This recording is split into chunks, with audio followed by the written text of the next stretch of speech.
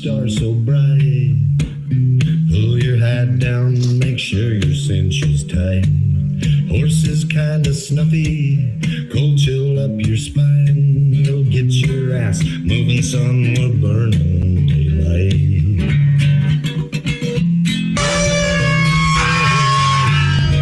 Howdy there, I'm Matt McKinley and we're burning daylight. In the saddle till the job's done right. Welcome to Burning Daylight, the only podcast for the working cowboy. Well, howdy there, daylight burners. I just realized I did not change my slideshow for today, so we'll bear with me for just a brief second while I get that fixed. Hopefully. There we go. Now we're there. Anyhow, while that is getting loaded, got a blank screen. I don't know what you see on your end. I'm showing a blank screen. Anyway, this is the Friggin Farm and Ranch Report for Friday, May 29th. It's the end of the week for Memorial Day week, which was on the 25th, this Monday. All of my AI platforms are confused by all that. They multiple times, 2 days in a row now, I've had to correct on my script generator here that Memorial Day has already happened. So, anyhow, markets were short a day, and the Packers used every bit of that for leverage. Anyway, I'm your host, Matt McKinley. I'm coming to you from Yerington, Nevada. Let's get into the show for today. Oh, it didn't load yet. What the hell? Let's see if it works now. Let's see if it works. Loading. Still loading. I don't know. Like I said, I don't know if you can see me or not. But we'll have a slideshow here pretty soon. And nope, that's not it.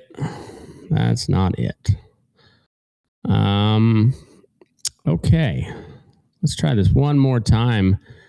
So while I'm doing that, please make sure that you, before we get into the real show, shameless plug here, please go check out the Substack, subscribe if you would like.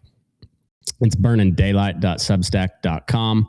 There'll be a full write-up with this episode, as with all the other episodes that is exclusively on Substack. And I go pretty in-depth on it. So please go check that out. Let me see. There's a grid. All right. We're back. We're back, baby. All right. So also, check me out on all the social media platforms. It's either Friggin Farm and Ranch Report, Move Your Ass, or Burning Daylight, or you can search up Matt McKinley. I'm on there as well. Got pretty much all the major platforms covered. Facebook, Instagram, Twitter, TikTok, YouTube, Rumble. And then, of course, the most important is Substack. Paid subscription there is the best way to support the show. You get access to the write-up as well as the apps that I've been developing and working on, including the Burning Daylight Report dashboard, which I use to put this show together. And Man About a Horse is my equine intelligence app. I'm trying to put a definition on the horse markets, because there is not a singular horse market. There are multiple. But it's got a lot of cool stuff. Tells you how to price your horse, how to sell your horse, what market to sell your horse in. And I'm also working on a usability rating for ranch horses called the Cowboy Horse Coefficient. And it is strictly for working cowboys and using horses. It's based off of stylized, I guess, off of the baseball statistics, weighted runs created plus, where it sets your average ranch horse rating at 100. Anything below is below average. Anything above is above average. And rather than trying to make it 1 to 100, because then it gets real. You kind of confine yourself. When you have an average set, then you can move forward or backwards, depending. So if you got a big old blockhead horse, is not much to look at, but he gets the job done without a whole lot of problems. But he just kind of does his job. Nothing spectacular, nothing to write home about. That horse is going to be 100. Your best using horse, getting the real good ratings, they're going to be up over like a $125, $130, and the higher you get, the more that horse's skills come into play, and temperament, bloodlines also will play a factor. Not as much so, because it's more strictly on a usability rating. So, anyways, all that can be found burningdaylight.substack.com. And now that we got the slideshow up, let's go and talk about it. So there's 3 things that define this week before we get into anything else. And they're right here on the cover slide. It was the smallest Memorial Day kill in modern day history. Valentine Livestock there in Nebraska posted a national 7-weight record at 407.28. Now, that wasn't a singular lot. That was the weighted average. The single lot record was set back in April. Let me find the note on that.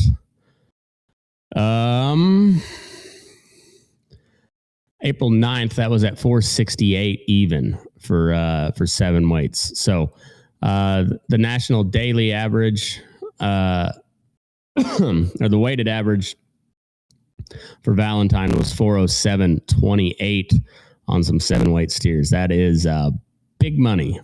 Big money.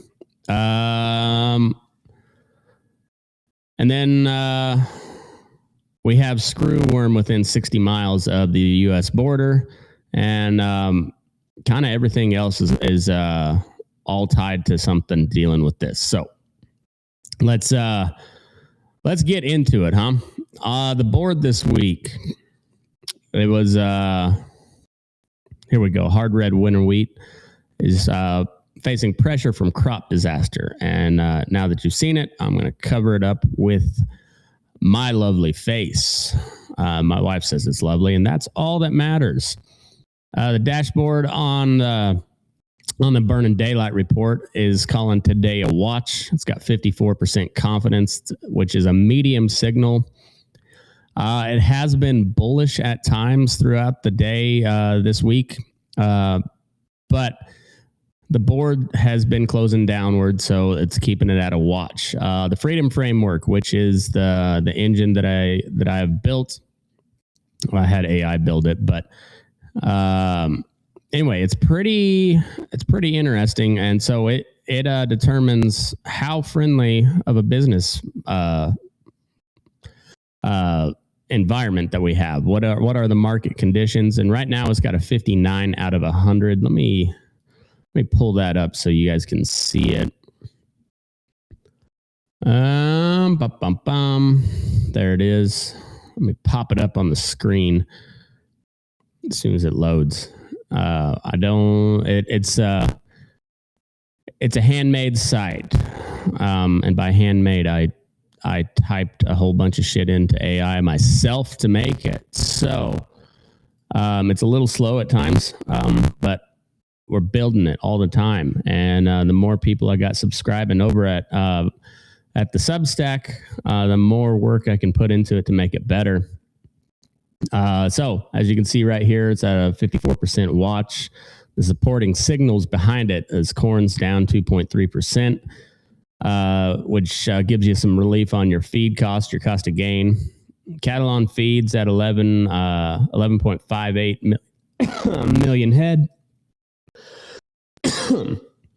For right now, that is ample supply on the pipeline. But as we talked about yesterday, we got a bunch of cattle with 6 months on feed or better that should have been harvested already that are not.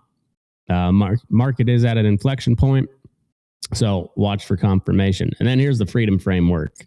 So all the how it's scored right here. Feed cost, beef supply, policy risk, demand, and then weather and drought.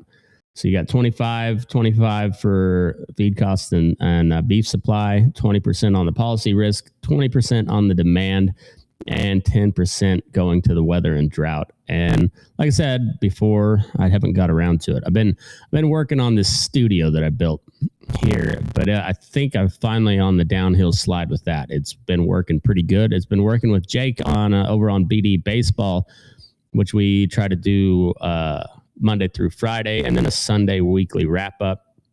So join us on Sunday for that. If you like hearing us talk ball, I don't care if you do. I would appreciate it if you do. But I like talking ball, and Jake's a good one to do it with. So anyway, on that freedom framework, we got feed costs at a 56, which is elevated. Beef supply is at a 67 right now, so it's the only thing in the green. How long will it stay that way? I don't know. We'll get into that some more. Policy risk at a 57, demands at a 60. So it's the only other one that's kind of good. Policy risk has been getting better over the last month or so. Weather and drought is improving.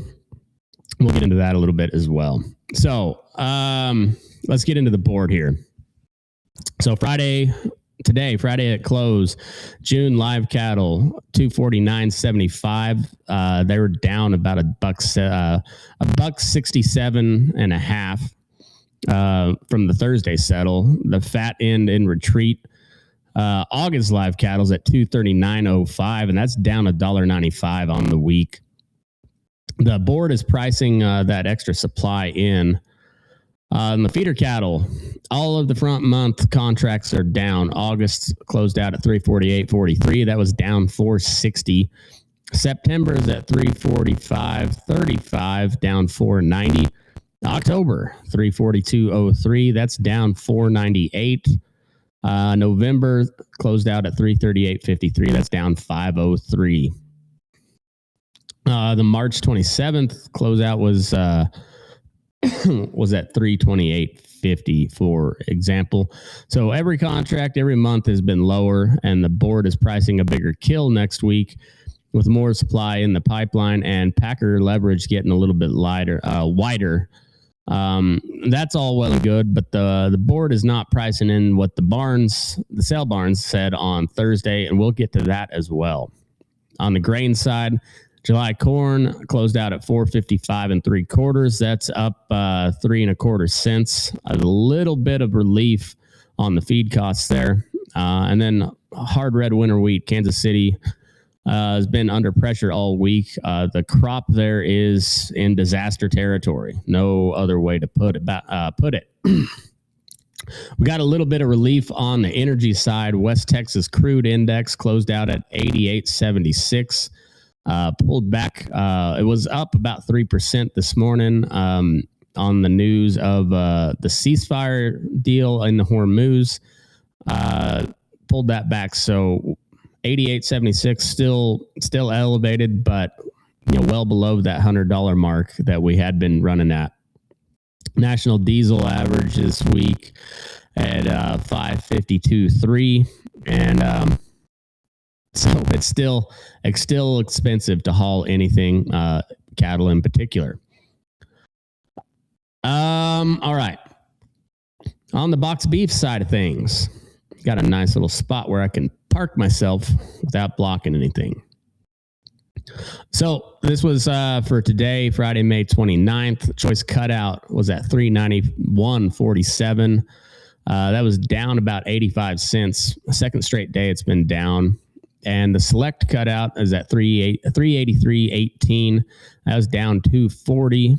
The choice select spread is widening. It's the widest spread that it's been since March 20th at $8.29. Not a ton of movement, but nothing. I mean, it's not nothing. 83 loads total. So beef cutouts down 2 days in a row, but here's the number that matters. Choice is still $1.20 higher than last Friday. It's a net gain on the week. The grilling demand is real, and it showed up in the cutouts here. And most of that came from the rib complex. That was the standout of the week. So on the 22nd, it was at 532.77. 26th was at 533.64. 27th at 540.13. 28th at 544.30, and then today at 551.27. So that's up 18.50 on the week. Your other primals, chucks climbed to 335.28. The round, the loin, briskets, they eased on Friday, but they held they held up for the week overall. The grilling demand is real, and the rib is where all the money is right now. Let's talk about some slaughter numbers now. Headline number of the week. Let me find a place to park myself here. Okay, so this week, it's a federally inspected. Federally inspected plants were closed on the holiday on Monday. This week we had 448,000 head of federally inspected slaughter. Now I'm going to cover that number up so I can park myself. So that is the last week was at 532. So we're down 84,000 head week over week. Last year was at 488. So we're down 40,000 head year over year. And then year to date, we're at 11.18 million head harvested. And that's 9.2% below last year's pace. So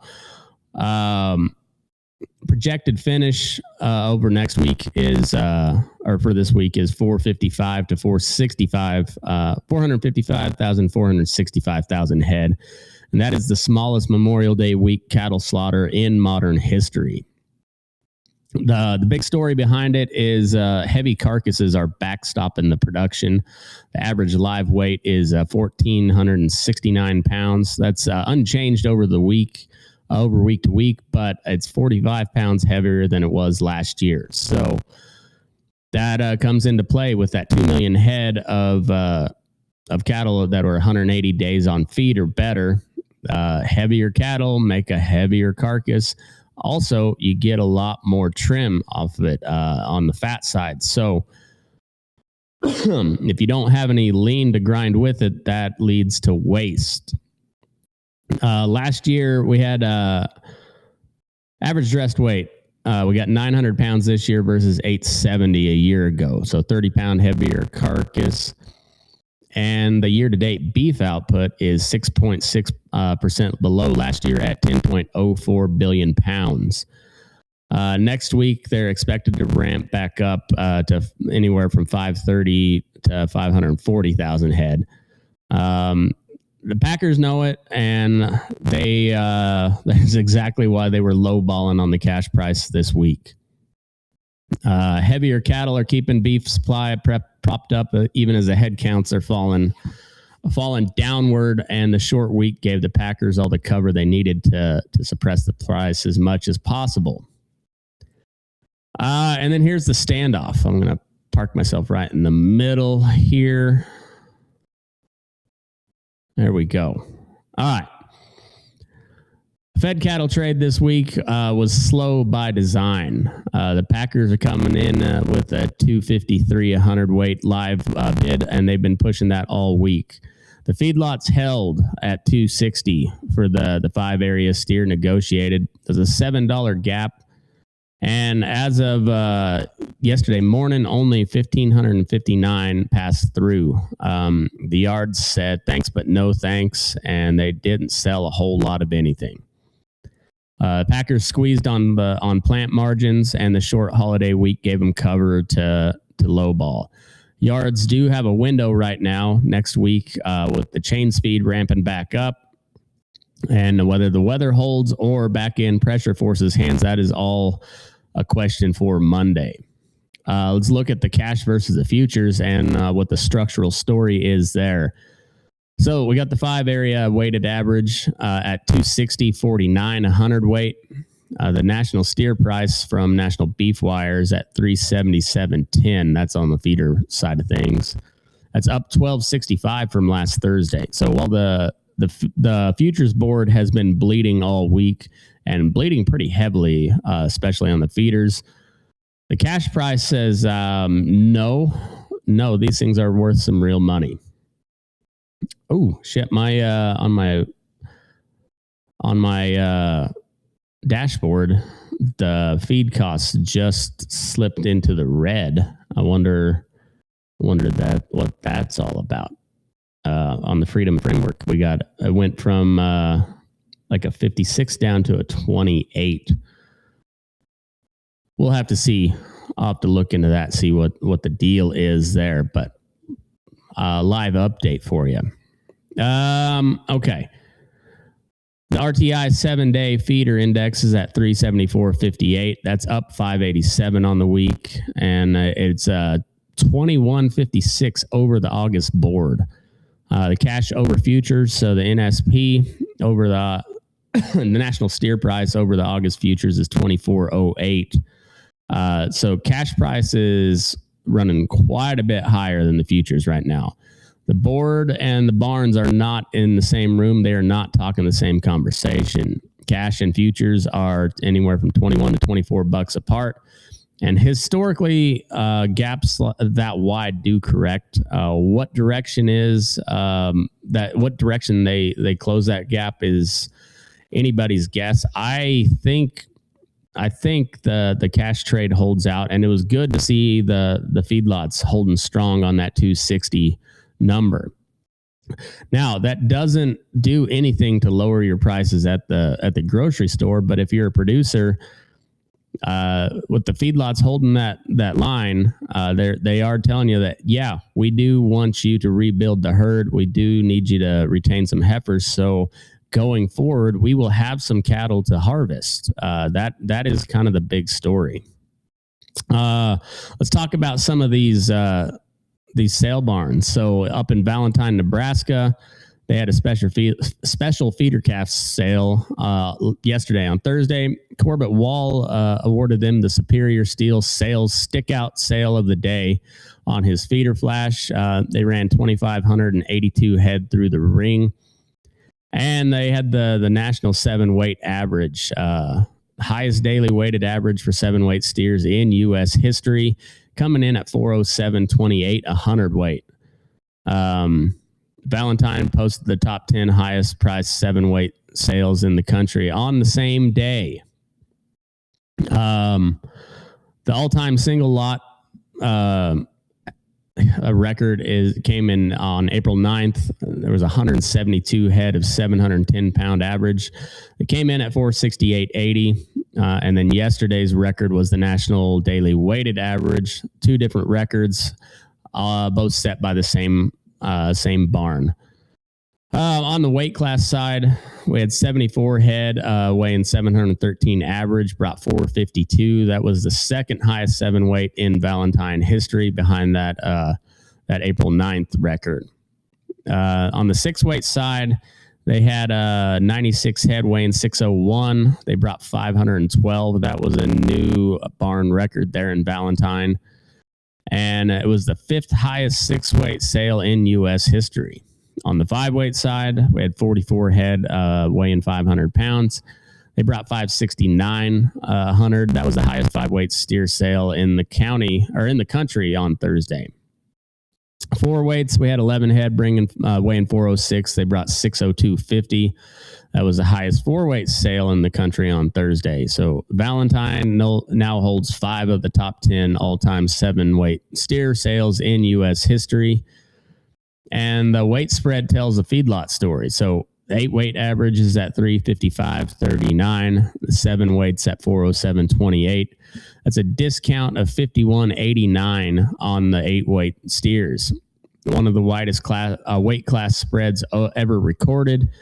Feed yards are paying up for the light and discounting the heavy cattle pretty hard. They don't want to be long on days on feed right now. And that spread of 51.89 says everything about how the feed yard margins feel headed into the summer. Fertilizer, fuel, and then cattle prices is driving all of that. Some other standout barns, a little closer to home. So national receipts fell 36.8% from over 1,000 head versus 13 of them a week ago. So less competitions, and the buyers did have to bid up. Over in California at Orland, it was the largest sale in the country yesterday. They sold 2,942 head. 36 head of 1,013 pounders sold for $326. It's a new barn record for 10 weights. We had 15 head weighing 1,004 that brought $316 the second highest 10 weight all-time record at Orland. And then we had 17 head weighing 904 average. They brought $338 and that's the fifth highest 9 weight in barn history. Over in Iowa, we had 2 national highs on the same day at a Lamoni Livestock. Lamoni. That sounds like a Mormon name. They like Moroni. Is it Moroni? Moroni. I've always heard it Moroni. I don't know how you say that, Lamoni or Lamoni. I'll have to give them a holler. Anyway, they had 66 head of 922 pound steers. They sold at $356 That was the highest 9 weight in the country on Thursday, a new record. And then they had 54 head weighing 1,019. They brought $337, and that is the highest 10 weight price in the country for Thursday. Also a new record. And then here closer to home, Fallon Livestock ran Tuesday on Tuesday the 26th. And here are the numbers from that. So under 300 pounds, they bring in 475. 3 to 400 pounders bringing 415 100. 4 to 5 weight at 531 100. 5 to 6 weights 412.47 to 419. The 6 weights, they're bringing anywhere from 362.25 to 365. 7 weights 297.98 to 336 even. 8 to 900 pounds 266.41 to 330. So that's a pretty big gap there. So must have had some quality discrepancies and possibly some cull cattle there. 9 to 10 weight, 900 to 1,000, 300 pounds 100, 1,000 to 1,100 at 270, and then 11 to 1,300 pounds bring in 223 100 weight, and those would be probably cull cows if I had to guess. On the choice heifers, under 300 pounds, that bringing 495. 3 to 4 bringing 353 to 405. 4 to 5 bringing 530 to 542. That's your sweet spot right there, 4 to 500 pounds. And then 7 to 8 weights bringing 296 to 310. Other classes, we had choice cows bringing 170 to 207.50, which is pretty good price for a cull cow. Butcher bulls bringing 201 to 230. Cutter bulls 232 to 410. Looks like there was some big quality discrepancies there. And then pairs are bringing anywhere from 14.25 on the low end to 24.18 on the high end. Top cow summary, top 6 cows averaged 992 pounds. They brought 207.50 on average. Your top 15 cows averaging 1232 brought 188.01 average. That's per 100 weight. And your top 29, they brought 1148. And they averaged 169.79. Fallon Livestock does have a special feeder sale coming up on Tuesday, June 9th. So if you're in the area, plan on that. Go give them a visit, see what they got going on. All right, let's get into this ceasefire deal, and kind of take it with a grain of salt, because if we've noticed anything from these ceasefire deals, they don't last very long. The Middle East plays by a different set of rules, it seems like. All right, so on Thursday, U.S. and Iran agreed to extend the ceasefire 60 days and begin negotiations on their nuclear program.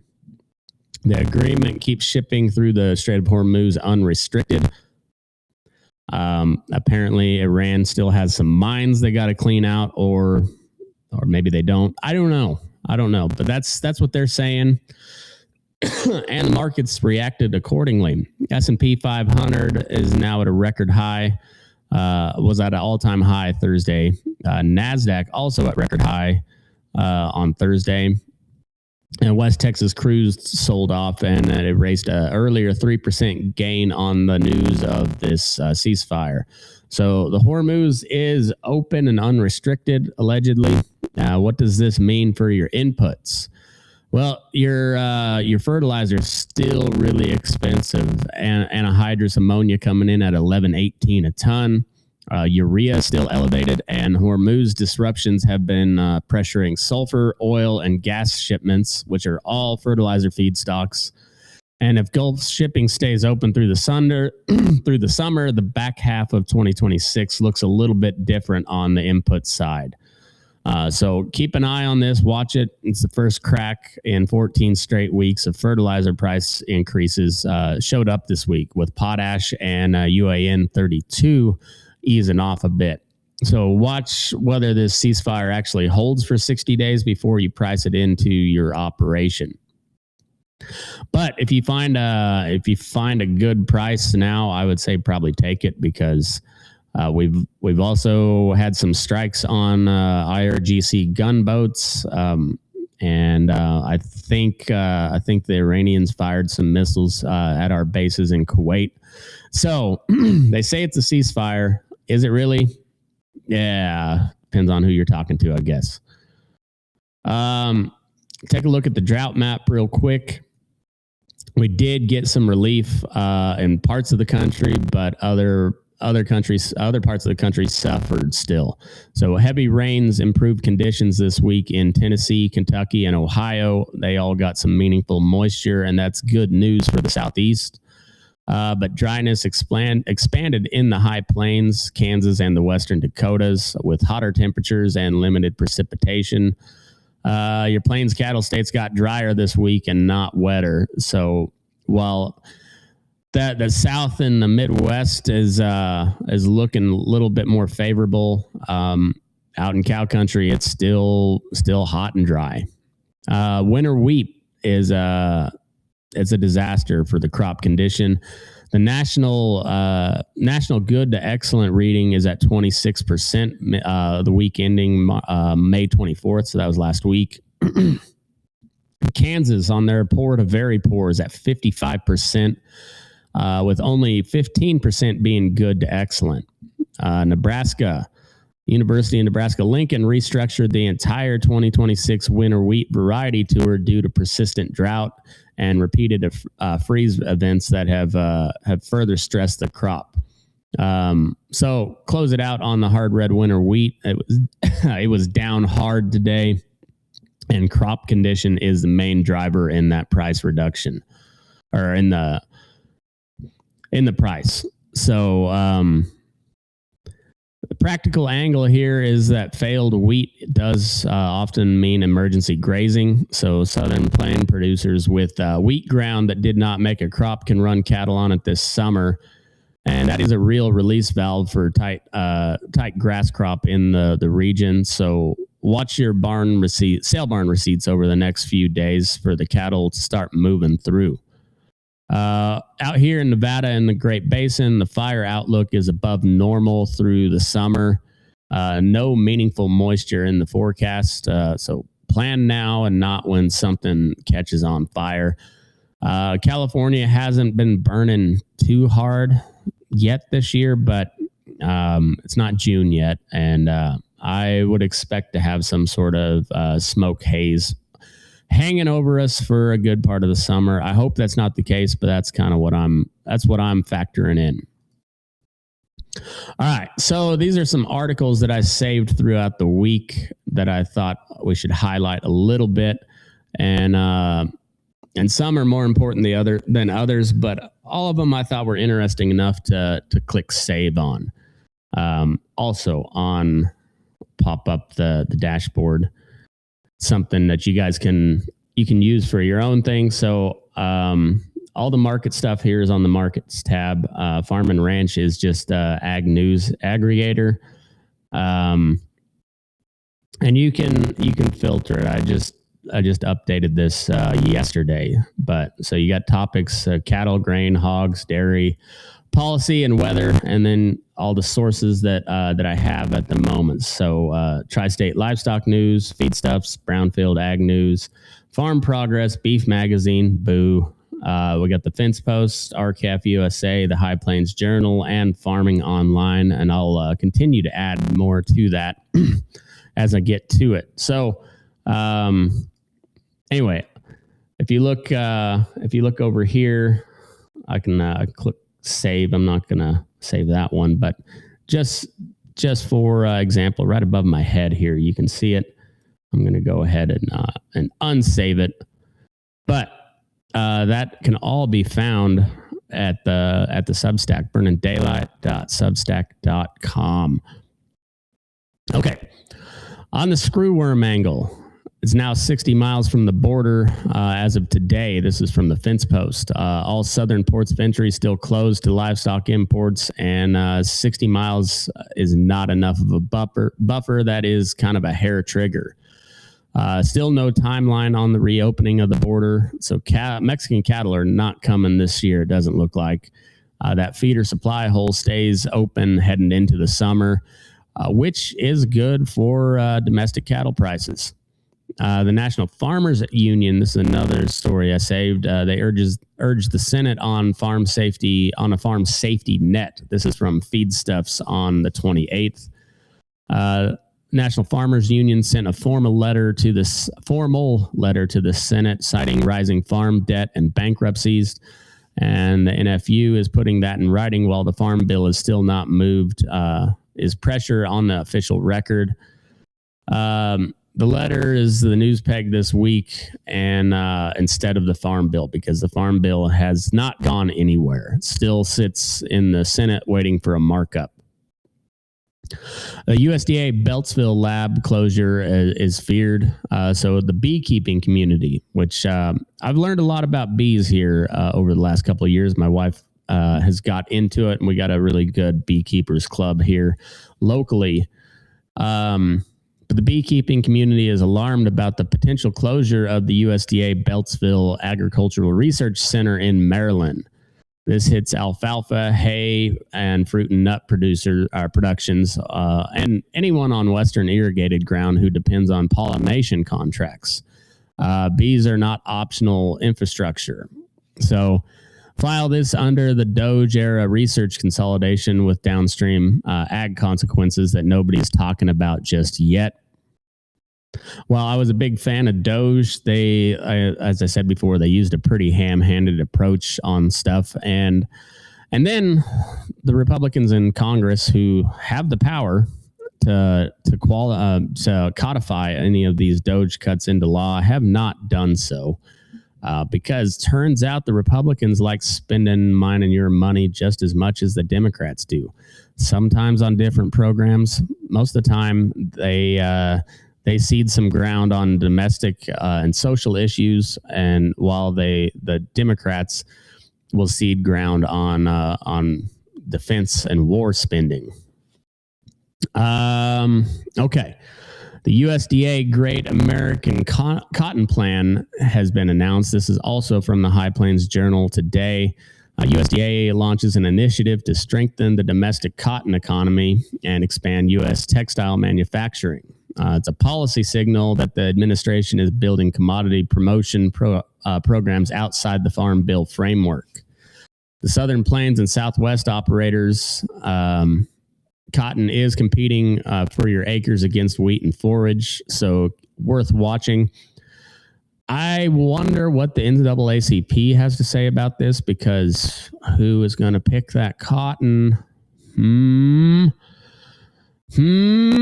We'll see how that goes. I'm sure that the Democrats will not be against this because Donald Trump's administration is doing the work, and they are just a blanket no on everything he does, it seems like, unless it's going to war. But you don't have much of a problem with that. Okay. Strategic culling in a drought. This is from Tri-State Livestock News yesterday. And they're saying rank the cow herd, pull the bottom tier, and the market's at price strength right now. Producers who cull deliberately rebuild faster when the grass comes back, and the ones who wait until they are out of water or hay dump everything at once, and they usually get the worst price possible and the hardest recovery. It's not a new lesson, but it is a drought year, and it costs you more in the long run to forget that lesson. So wrap up that slide. Screwworm is 60 miles out from the U.S. border.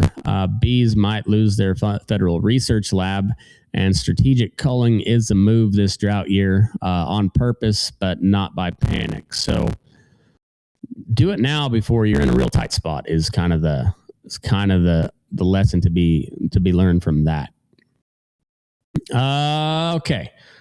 Feedlot margin numbers. We do have the pipeline is kind of full at the moment, but not really full. To tell you the truth, it's more of a manufactured crisis on that end.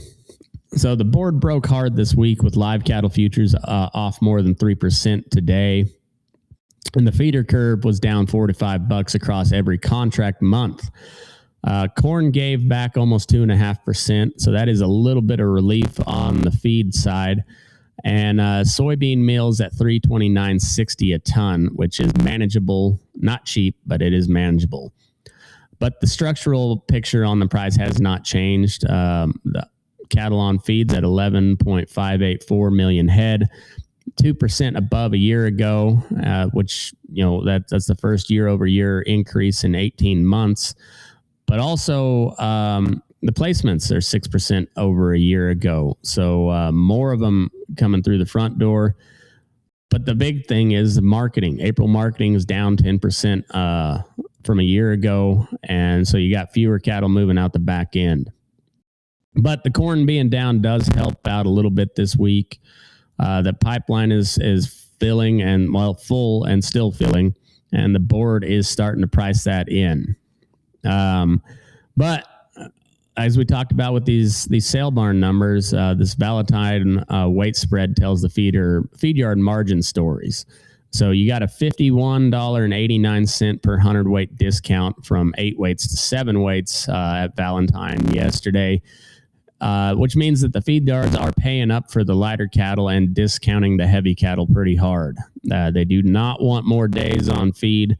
And yards that placed heavy in April are going to feel that in their math coming this July and August. All right. We're about done for the day. We're about done for the week. So let's do a quick little recap. Slaughter numbers came in at 448,000 head this week, which is the smallest Memorial Day week kill in modern history. Year to date, we're running about 9% below last year, 9.2 to be exact. So heavier cattle are kind of keeping it afloat, but the packers are purposely slowing down the chain speed. They especially did that this holiday week. Look for the chains to ramp back up next week. Valentine, Nebraska, we had 407.28 per hundredweight on a national 7-weight daily average record, and a 51.89 per hundredweight spread from 8 weights to 7 weights. So the feed yards want light cattle, not the heavy stuff, because they don't want to hold on to them and feed them expensive feed. There is a standoff between the board and the cash price. The Packers bid $253 this week, and the yards passed. There's about a $7 gap there, and only 1,559 head traded all week. So that is good news that the feed yards are holding stout. We'll see how long that holds. So all you feed yard guys out there needing to get rid of cattle, hold on to them. They are worth some money. Don't let them go. Don't let them get away for nothing. On the box beef side, the rib is driving the prices there. They were up $18.50 in a week. The choice was up $1.20 net on the week, despite being 2 days down, including today.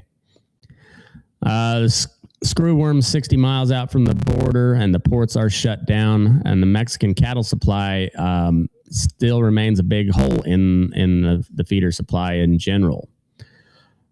And on the Strait of Hormuz, ceasefire deal has been extended for 60 days. That is your first crack in fertilizer prices. So watch and see if it holds. And we'll see what the Federal Trade Commission does on this fertilizer investigation. All right. That's all I got for you today. That's all I got for you this week. We got Screwworm less than 100 miles from the border. The Strait of Hormuz is open-ish. And Valentine, Nebraska, if you were selling cattle, you made pretty damn good money this week. Producers are watching their grass and making deliberate cull decisions. Hopefully you're not chasing the board in either directions. And the best producers are and the ones that are best producers should be watching their grass and making deliberate cull decisions and not chasing the board in either direction. And the ones that don't are the ones best positioned when this picture clarifies going forward. And that is your friggin' farm and ranch report, the weekly wrap up for the week of May 25th, 2026. This is Friday, May 29th. That's all I got for you. So we'll talk to you on Monday. We got the Fallon Livestock Special Feeder Sale on Tuesday, June 9th. So if you're in the area or you do business with them, plan on it. Make sure you go like, subscribe, follow, rate, review, all that stupid shit on all the social media platforms. But the one that really counts is burningdaylight.substack.com. And yeah, that's what I got for you this week. Have a great weekend. Stay safe out there. Hopefully you get some rain if you need it. And yeah, I've seen a lot of this America 250 stuff popping up. So it seems like there's some cool stuff. They're having some trouble with the big concert that they're trying to put together. And Brett Michaels from Poison has pulled out, as well as Martina McBride. Two artists that I could not possibly care less about. I had no plans to go see them perform. And now they're not performing anyways because it's too divisive, I guess, celebrating the country for, I don't know. I don't know anything about all of that. I wasn't going to watch those two perform anyways, so it's no skin off my back. But if there are any of those celebrations around you, probably go check them out. I know at least some of the small towns are doing some cool stuff. I don't know how involved the liberal cities will be with that, but anyways, if they're around, worth checking out. This 250-year anniversary only comes once, so hopefully there's some really cool stuff around Independence Day. But that's all I got for you this week. Stay safe out there. Don't let your butt crack, and move your ass. We're burning daylight.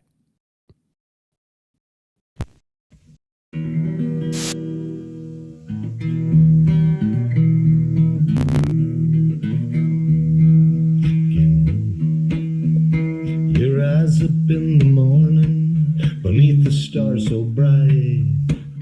Pull your hat down, make sure your cinch is tight. Horse is kinda snuffy, cold chill up your spine. We'll get your ass moving, son, we're burning daylight. Burning daylight. Burning daylight. In the saddle till the job's done right. Burning daylight. Well, life is just a gather, and you won't catch 'em all. But when you're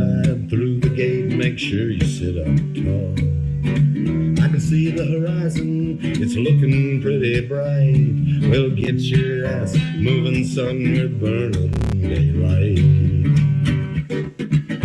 Burning daylight. Burning daylight. In the south, till the job's done right.